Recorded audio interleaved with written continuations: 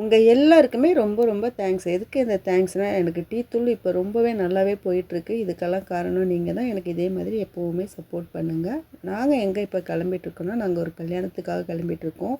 கல்யாணத்துக்கு ரொம்ப ஆர்வமாக கிளம்பிட்டுருக்கோம். எதுக்காக ரொம்ப ஆர்வமானா, பொண்ணு லண்டன், மாப்பிள்ளை வந்து நம்ம ஒரு பையன். இந்த மாதிரி கல்யாணத்துக்கு நான் இப்போ தான் முதல் தடவை போகிறேன். அதனால தான் ரொம்ப ஆர்வமாக கிளம்பி போயிட்டுருக்கோம். நல்லா வெளிச்சமாக இருக்கும்போது கிளம்பணும். ஆனால் இருட்டிடுச்சு நாங்கள் போகிறதுக்குள்ளே. ஃபங்க்ஷன் ஸ்டார்ட் ஆகிருக்குன்னு நினச்சோம். ஆனால் பொண்ணு மாப்பிள்ளையும் இன்னும் வரவே இல்லைன்னு சொன்னாங்க. போய் எல்லோரும் வெளியே வெயிட் பண்ணிகிட்டு இருந்தாங்க, ரொம்ப ஆர்வமாக பார்க்குறதுக்காக. நாங்களும் உள்ளே இருக்க உட்காரணும்னு வெளியே வந்து வெயிட் பண்ணிகிட்டு இருந்தோம். ஆனால் 1 மணி நேரம் ஆகியும் வரவே இல்லை. சரி, சும்மா எதுக்கு நிற்கணும்னு அங்கங்கே நின்று ஃபோட்டோஸ்லாம் நிறைய எடுத்துக்கிட்டோம். நிறைய என்டர்டெயின்மெண்ட்டுக்காக பண்ணி வச்சுருந்தாங்க. அதில் ஒன்று தான் குட்டீஸ்லாம் இங்கே தான் இருந்தாங்க. அவ்வளோ ஜாலியாக என்ஜாய் பண்ணிகிட்டு இருந்தாங்க. குட்டீஸ் மட்டும் கிடையாது, பெரியவங்களும் இந்த இடத்துல தான் இருந்தாங்க. பொண்ணு மாப்பிள்ளை வர வரைக்கும் நல்ல டைம் பாஸ் ஆச்சு இந்த இடம். எங்களுக்குமே சரி, நல்லாவே டைம் பாஸ் ஆச்சு. என்னோட தங்கச்சி பையன் ஒரு இடத்துல சும்மாவே இருக்க மாட்டான், ரொம்ப வாழு. அவன் கூட இந்த இடத்த விட்டு நகரவே இல்லை, இது கூட விளையாண்டுட்டு இருந்தான். அப்படி இப்படின்னு 1 மணி நேரம் போலாச்சு. 1 மணி நேரம் கழித்து தான் பொண்ணு மாப்பிள்ளையே வந்தாங்க. பொண்ணு மாப்பிள்ளையே வந்ததுக்கப்புறம் உள்ளே வருவாங்கன்னு பார்த்தோம். ஆனால் உடனே வரவே இல்லை. ரொம்ப நேரம் வெளியவே ஒரே ட்ரம்ஸ். அந்த ட்ரம்ஸ்க்கு எல்லாருமே டான்ஸ் ஆடிட்டுருக்காங்க. ஆனால் நல்லா இருந்தது, பார்க்க நல்லா இருந்தது. ஒரு பக்கம் பட்டாசு, ஒரு பக்கம் ட்ரம்ஸு, ஒரு பக்கம் ஒரே புகை மூட்டம். என்ன தான் ஃபாரின் பொண்ணாக இருந்தாலும் அவங்க நம்ம ஊருக்கு வந்த உடனே நம்ம ஊர் பொண்ணு மாதிரியே ஆகிட்டாங்க. எப்படின்னா, கல்யாண பொண்ணுக்கெல்லாம் ஒரு அந்த கல்யாண ட்ரெஸ் எல்லாம் போட்ட உடனே கல்யாண பொண்ணு அப்படின்னு சொல்லிட்ட உடனே ஒரு வெக்கம் வரும் பார்த்திங்களா, அவங்க அந்த மாதிரி தான் இருந்தாங்க பார்க்கும்பொழுது. எல்லாருமே நல்லா டான்ஸ் ஆடுறாங்க. அந்த அவங்க அடிக்கிற ட்ரம்ஸுக்கு யாராலையுமே நிற்க முடியல. குட்டீஸ்லேருந்து பெரியவங்க வரையே டான்ஸ் ஆடிட்டுருக்காங்க. ஆனால் அந்த கல்யாண பொண்ணு பாருங்கள், ரொம்ப சின்ன சின்ன ஸ்டெப்ஸ் தான் போட்டாங்க. அவங்க வந்து ரொம்ப அந்த ட்ரம்ஸ்க்கு ஏற்ற மாதிரி அப்படிலாம் ஆடவே இல்லை. ரொம்ப அவங்க அப்பா எப்படி ஆடினார், அவங்க அப்பா பொண்ணுக்கு அண்ணன் நினைக்கிறேன், அண்ணனும் தம்பியும். அவங்களாம் தரையிலே நிற்கலைன்னு சொல்லலாம், அப்படி டான்ஸ் ஆடிட்டு இருந்தாங்க. ஆனால் பொண்ணு சின்னதாக ஸ்டெப் மட்டும் போட்டு அப்படியே ரொம்ப அடக்கி வாசிப்பாங்கன்னு சொல்லுவாங்க இல்லையா, அந்த மாதிரி தான் பண்ணிகிட்டு இருந்தாங்க. கண்டிப்பாக ரொம்பவே நல்லா இருந்தது அதை பார்க்குறதுக்கு. அதே மாதிரி தான் பொண்ணோட அம்மாவும் ரொம்ப பெருசாக, எப்படி நம்ம ஊரில் வந்து ஒரு கல்யாண பொண்ணோட அம்மா எப்படி இருப்பாங்க அந்த மாதிரி தான் இருந்தாங்க. ரொம்ப சிம்பிளாக இருந்தாங்க. அவங்களும் அது மாதிரி டான்ஸ்லாம் எதுவுமே எல்லாம் பண்ணவே இல்லை. எனக்கு தெரிஞ்சு அவங்க பொண்ணோட அப்பாவும் பொண்ணோட தம்பி நினைக்கிறேன், அவரும் தான் ரொம்ப, அவங்களால நிற்கவே முடியலன்னே சொல்லலாம், அப்படி டான்ஸ் ஆடிட்டு இருந்தாங்க. நல்லா என்ஜாய் பண்ணாங்க. ஆனால் இதெல்லாம் பார்க்குறதுக்கு ரொம்பவே நல்லாவே இருந்தது. பசியே பறந்து போச்சுன்னு சொல்லலாம், அவ்வளோ நல்லா இருந்தது.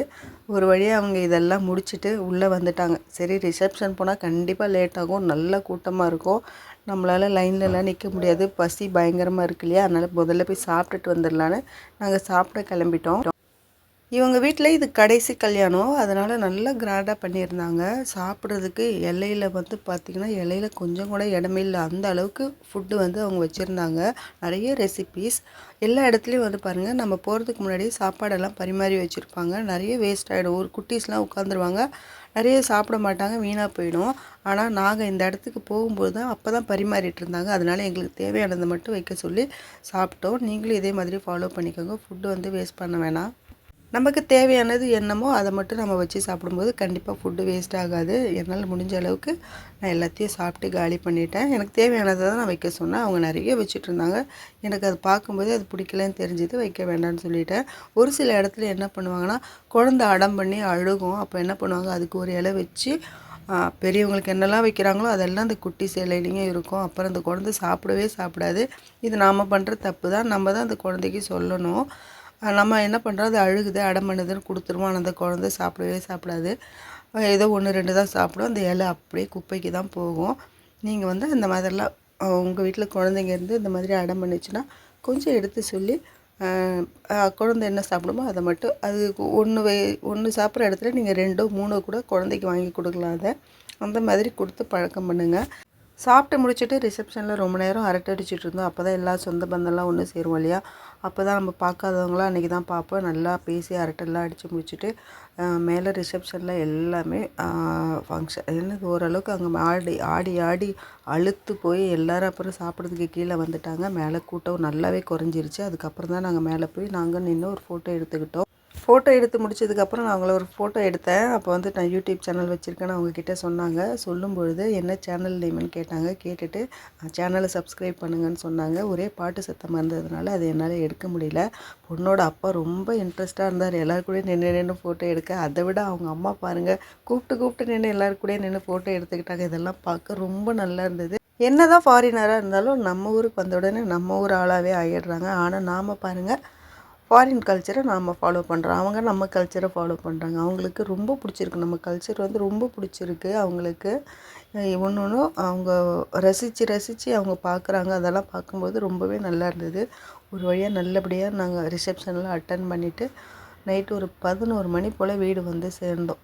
அந்த நாள் ரொம்ப நல்லாவே போச்சு. உங்கள் எல்லாருக்கும் நான் திரும்பவும் தேங்க்ஸ் சொல்லிக்கிறேன். டீ தூளுக்கு எனக்கு நல்லா சப்போர்ட் பண்ணுறீங்க. எனக்கு இதே மாதிரி எப்பவும் சப்போர்ட் பண்ணுங்கள். ஸ்க்ரீனில் வந்து நம்பர் தரேன். உங்களுக்கு டீ தூள் ஸ்பைசஸ் எதுனா வேணும்னா அந்த நம்பருக்கு கால் பண்ணி கேட்டுக்கோங்க. அடுத்து ஒரு நல்ல வீடியோவில் உங்களை வந்து பார்க்குறேன். தேங்க்யூ.